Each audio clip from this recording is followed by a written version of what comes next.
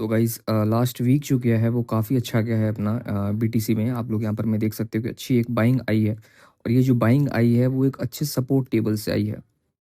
तो ये वैसे मंथ का चार्ट मैंने ओपन कर रखा है, तो मैं आज के इस वीडियो में बात करने वाला हूँ कि नेक्स्ट वीक में मेरा क्या प्लान रहने वाला है।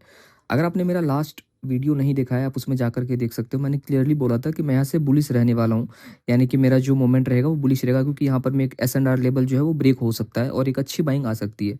लेकिन इतनी बड़ी कैंडल आ जाएगी ये मैंने गेस नहीं किया था। वोट एवर, कोई भी रीज़न हो, मतलब कोई न्यूज़ के कारण हो, कुछ भी हो, आपका एनालिसिस बस सही होना चाहिए। यही आपका मेन पर्पस होता है। इसमें मैंने पैसे भी बनाए, ज़्यादा नहीं बनाए, क्योंकि मेरा जो ट्रेलिंग एसएल वो हिट हो चुका था। तो अब मैं वीकली चार्ट पे आ गया हूँ और अब मैं जो है इसको अच्छे से एनालाइज करता हूँ और मैं आपको प्लान बताता हूँ कि नेक्स्ट मंथ मेरा क्या प्लान रह सकता है। देखो, क्योंकि अगर ये कैंडल जो वीकली कैंडल है, अगर ये कहीं यहाँ पे क्लोज करती तो मैं नेक्स्ट वीक जो है वो एक ग्रीन कैंडल के लिए ट्राई कर सकता था। ग्रीन मोमेंटम के लिए, मतलब बाई साइड के लिए मैं एक ट्राई कर सकता था। लेकिन क्योंकि बहुत बड़ी मूवमेंट आ चुकी है, तो अब दो चीज़ें हो सकती हैं। अगर बाइंग बहुत तेज़ी से आई है और ये जो सेलर्स हैं वो एक्टिव होंगे, तो कहीं ना कहीं मार्केट साइडवेज रहने वाली है। या फिर अगर ये जो पैनिक क्रिएट हुआ था और वाकई अभी भी मार्केट बहुत ही वीक है, तो एक यहाँ पर मैं छोटा सा पुल बैक अपने को देखने को मिल सकता है और फिर नीचे मार्केट यहाँ कंसोलिडेट करे और फिर यहाँ से एक ऊपर की तरफ मोमेंटम अपने को देखने को मिल सकता है। तो मैं क्या एक्सपेक्ट कर रहा हूँ, इसके लिए हम अभी लोअर टाइम फ्रेम पर भी चलेंगे। तो ये जो आप कैंडल देख सकते हो, प्रॉपर एक बड़ी बाइंग कैंडल आई है। अगर मैं इसमें जो है वो ये बताऊं वॉल्यूम के बारे में, तो वॉल्यूम भी बहुत अच्छा खासा वॉल्यूम इसमें आया हुआ है। अभी मैं चलता हूँ डेली कैंडल पे और यहाँ पर मैं आप लोग देख सकते हो कि कंटिन्यूअस जो है वो ग्रीन कैंडल्स जो है वो फॉर्म हुए हैं। और यहाँ पर में एक अभी कंसोलिडेशन हो रहा है जो कि इस एसएनआर पर में है और ये अपना मेजर लेवल है जहाँ से मार्केट ने बहुत अच्छा फॉल दिया था। ठीक है, तो अभी इस एरिया पे मैं क्या, अब यहाँ से लेकर के जो यहाँ तक का मूवमेंट है, ये मैं ज़्यादा फास्ट एक्सपेक्ट नहीं कर रहा हूँ। लेकिन फिर भी मार्केट बहुत बहुत ज़्यादा बुलिश है, क्योंकि जिस पावर से ये ऊपर की तरफ जा रहा है, तो काफ़ी सारे जो है वो लोग बाइंग करना और स्टार्ट कर चुके होंगे। गाइज, अगर आप लोग इन्वेस्टिंग करना चाहते हो CoinDCX में कर सकते हो, मैं भी कर रहा हूँ। अच्छा प्लेटफॉर्म है, मैं लिंक डिस्क्रिप्शन में डाल दूंगा, तो आप चेकआउट कर सकते हो। ओके, तो यहाँ पर मैं जो है वो बाइंग मोमेंट अच्छी खासी आई है। काफ़ी दिन से मार्केट कंसोलिडेट कर रहा था और मैंने बताया था आपको कि इस लेवल पर मैं बुलिश हूँ। हो सकता है कि मार्केट नीचे आए फिर ऊपर की तरफ जाए, लेकिन ऐसा हुआ नहीं। बिकॉज ऑफ सम न्यूज़ जो है मार्केट वो यहीं से ही टर्न अराउंड हो गया। और मैं अभी आपको लेकर के चलता हूँ one more time frame down side, down 4 hour पे। ठीक है, 4 आवर पे आप यहाँ पर मैं देख सकते हो एक अच्छी सेलिंग कैंडल ये आई थी और एक दूसरी सेलिंग कैंडल, लेकिन इसमें जो है बायर्स वापस से स्टेप इन कर रहे हैं। जैसा मैंने बताया कि मार्केट यहाँ पर में इस एरिया पे साइडवेज रह सकता है। तो अभी के लिए नो ट्रेडिंग एरिया है। मैं ट्रेड कब करना पसंद करूंगा इसमें, मैं ट्रेड करना पसंद करूंगा अगर मार्केट नीचे की तरफ आती जाती है ऐसे करके और ये मेरे को 2 से 3 दिन मूवमेंट दिखाए और फिर उसके बाद जो है वो एक अच्छा कंसोलिडेशन हो और फिर मैं ऊपर के साइड यहाँ पर मैं प्लानिंग कर सकता हूँ, क्योंकि ये बहुत ज़्यादा डीप पुल बैक भी नहीं होगा। इस ट्रेंड के अकॉर्डिंग ये एक अच्छा लेवल होगा और यहाँ से हम ऊपर की तरफ जा सकते हैं। मैं एंट्री 1 आवर पे करना ज़्यादा प्रेफर करूंगा। तो 1 आवर पर मैं अगर मैं देखूं कि उससे नीचे सपोर्ट और रेजिस्टेंस कौन कौन सा है, तो एक ये लेवल है, एक ये लेवल है और एक ये लेवल है।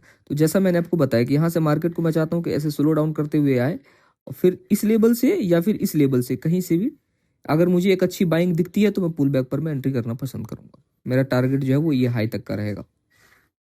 ठीक है, ये बात रही अपनी बीटीसी की। बीटीसी में ये वीक जो है वो थोड़ा सा कन्फ्यूजस रह सकता है। हो सकता है कि मैं ट्रेड ना भी करूं, क्योंकि अगर मार्केट साइडवेज रहा तो हो सकता है कि मैं छोटी क्वांटिटी में ट्रेड करूंगा या फिर ना भी करूं। अब मैं आपको लेकर के चलता हूँ गाइस गोल्ड पे। तो यहाँ पर मैं गोल्ड का जो वीकली चार्ट है वो देख सकते हो, इसमें भी एक अच्छी खासी मोमेंट आई। देखो, असल में अभी जो मोमेंट्स आ रहे हैं जिसमें भी यूएसडीटी है, ये जो यूएस डॉलर है, इसमें एक न्यूज़ आया हुआ है जिसमें कि यूएस डॉलर कमज़ोर दिखाया गया है। इसके कारण ये हो रहा है कि जो यूएस डॉलर के कंपैरिजन में जितने भी अदर एसेट्स हैं, जैसे गोल्ड हो गया या फिर बिटकॉइन हो गया, ये मूव करना स्टार्ट हो गए हैं। तो इससे हम ये नहीं कह सकते हैं कि गोल्ड जो है वो ताकतवर हो गया है, फिर बीटीसी। गोल्ड जो है वो ज़्यादा पावरफुल हो गया या फिर बीटीसी पावरफुल हो गई है। XAU USD का मतलब ये होगा कि जो राइट साइड में है ये कमज़ोर है, और XAU गोल्ड जो है वो पावर में, मतलब जो भी पेयर्स होते हैं ना, जैसे XAU हुआ और यहाँ USD हुआ, तो इस दोनों में से जो है ये कमज़ोर है और ये ज़्यादा ताकतवर है, इसलिए हम इसको पहले यूज़ करते हैं। तो जैसे ये कमज़ोर होगा तो ऑटोमेटिकली इसका प्राइस ऊपर जाएगा। अगर ये भी पावरफुल है और ये भी पावरफुल है तो मार्केट साइडवेज रहेगा।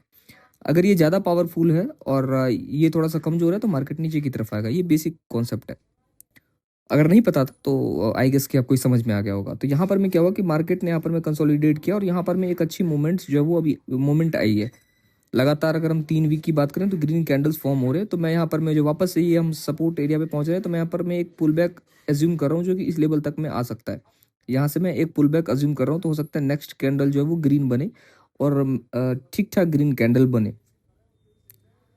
उसकी प्रोबेबिलिटी वैसे ज़्यादा है नहीं, क्योंकि नेक्स्ट जो अगला रेंज है अपना वो ये वाला है। तो एक बार मैं डाउन टाइम फ्रेम पर मैं जाना पसंद करूंगा और देखना चाहूंगा कि क्या हो रहा है यहाँ पर मैं। बिल्कुल, आप यहाँ पर मैं देख सकते हो कि मार्केट ने जो है वो यहाँ पर मैं ये देखो, यहाँ पर मैं जो सेलर आए थे इसको खत्म करके यहाँ पे बाइंग मोमेंट आई है। तो ये सेम अब ये जो है इसको क्रॉस कर चुका है, ये जो वाला S&R है इसको क्रॉस कर चुका है। तो यहाँ पर मैं अगर इस एरिया पे मुझे एक छोटा सा रेड कैंडल दिखता है एक दिन, किसी भी दिन, और उसके बाद अगले दिन मैं देखता हूँ कि ग्रीन कैंडल बन रही है, तो मैं यहाँ से फिर बाई करना पसंद करूंगा। मैं यहाँ से लॉन्ग जाने के लिए ट्राई करूंगा। मेरा नेक्स्ट टारगेट ये एरिया हो सकता है। आप समझ रहे? तो इसको एंट्री करने के लिए हम जो है वो नॉर्मली क्या करते हैं कि हम 1 आवर पे जाते हैं और 1 आवर पर में कैंडल्स को पढ़ना स्टार्ट करते हैं। तो मेरा जो पुल बैक रहने वाला है वो some kind of this area, मतलब कहीं ना कहीं यहाँ पर मैं होने वाला है। तो मैं यहाँ चाहता हूँ कि मार्केट यहाँ से आए और यहाँ से एक अच्छी मूवमेंट दिखा, तो फिर मैं यहाँ पर मैं बाई करने वाला हूँ। ये मेरा गोल्ड का एनालिसिस है गाइस। तो हमेशा जब भी आप ट्रेड करते हैं तो पहले से ही आप मन को अपने आप को प्रिपेयर कर लीजिए कि किस कंडीशन में आप क्या करने वाले हैं। इससे ये होगा कि आप घबराएंगे नहीं, क्योंकि आपने पहले से प्लान किया हुआ है। आपका रिस्क जो है वो ऑटोमेटिकली आपने डिसाइड किया हुआ है। तो इस वीक जो मैं रिस्क लेने वाला हूँ समथिंग 5,000 रुपये का रिस्क लेने वाला हूँ। मतलब मेरा रिस्क जो 5,000 रुपीज़ का रहेगा। ये देखेंगे कि मैं गोल्ड में ट्रेड करता हूँ या फिर BTC में। तो आई होप आपको जो वो एनालिसिस से कुछ ना कुछ सीखने को मिला होगा, प्राइस मूवमेंट सीखने को मिला होगा। हमेशा आप जब भी आप गाइस एनालिसिस करते हो, हमेशा देखा करो कि बाइंग और सेलिंग और बाइंग में कौन ज़्यादा डोमिनेट कर रहा है। छोटा सा मैं आपको यहाँ पर बताना चाहूँगा, जैसे सेलर्स आएंगे तो ऑटोमेटिकली यहाँ पर मैं बायर ने भी एंट्री कर दी, लेकिन फिर से सेलर आ गए। उसके बाद आप देखो वापस बायर ने हिम्मत तो दिखाई, लेकिन फिर वो कंटिन्यू नहीं कर पाया। अगर यहाँ पर मैं होल्ड करके यहाँ से निकल जाते तो बाइंग मूवमेंट हो जाता। जैसे कि यहाँ पर मैं देखो, यहाँ पर मैं बाइंग आई, फिर यहाँ पर मैं होल्ड कर लिया और फिर वापस कंटिन्यू किया, तो ये एक अच्छी बाइंग सिनेरियो है। तो वापस से मार्केट नीचे आने के बाद आप देखो बायर आ गए, सेलर पावर में आ गए फिर, लेकिन इस एरिया पे बाइंग बहुत अच्छी हो रही है। और जैसी नेक्स्ट टाइम जब ये ग्रीन कैंडल आई तो यहाँ होल्ड करना जरूरी था। हो सकता था कि ऐसे मार्केट ने मूवमेंट दिखाया फिर से डाउन आ जाती, ऐसा हो सकता था। लेकिन यहाँ पर मार्केट ने होल्ड किया, ऊपर गया और फिर यहाँ पर मैं होल्ड किया। ये किस एरिया पे होल्ड कर रहा है? अपने पुराने रेजिस्टेंस पे होल्ड कर रहा है। तो जब भी मार्केट अगर आपका ये रेजिस्टेंस और ये सपोर्ट है और मार्केट अगर यहाँ से जाकर के ऊपर की तरफ जाकर यहाँ अगर सपोर्ट वो कर रही है, कंसोलिडेट कर रही है, तो चांसेस ज़्यादा हैं कि ऊपर की तरफ जाएगा। चांसेस ज़्यादा है, ऐसा ही होगा ये ज़रूरी नहीं। और मार्केट अगर नीचे की तरफ आ रहा है और इस एरिया पर आ गया, तो अगर यहाँ पर होल्ड करता है तो चांसेस ज़्यादा है कि नीचे जाएगा। उसका रीज़न ये है कि सपोर्ट और जो रेजिस्टेंस है वहाँ के ऑर्डर्स को एब्जॉर्व किया जा रहा है, यानी कि जो बायर हैं वो सेलिंग प्रेशर को एब्जॉर्व कर रहे हैं, इसलिए मार्केट बराबर हो गया।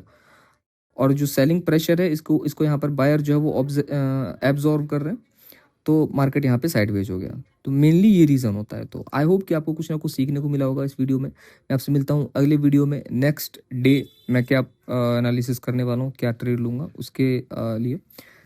ये शार्क एक्सचेंज है, आप इसमें ट्रेड कर सकते हो। ब्रोकरेज इसमें फ्री है, मतलब आपको कोई भी चार्ज पे नहीं करना पड़ता है। अगर आप मंथ में ग्रीन होते हो तो आपका जितना भी ब्रोकरेज आपने दिया होता है पूरे महीने में, वो वापस आपको रिटर्न हो जाएगा। मुझे भी होता है, मैं आपको नेक्स्ट वीडियो में दिखाऊंगा। तो अभी के लिए इतना ही, मिलते हैं आपसे अगली वीडियो में। तब तक के लिए take care, bye bye and love you all guys.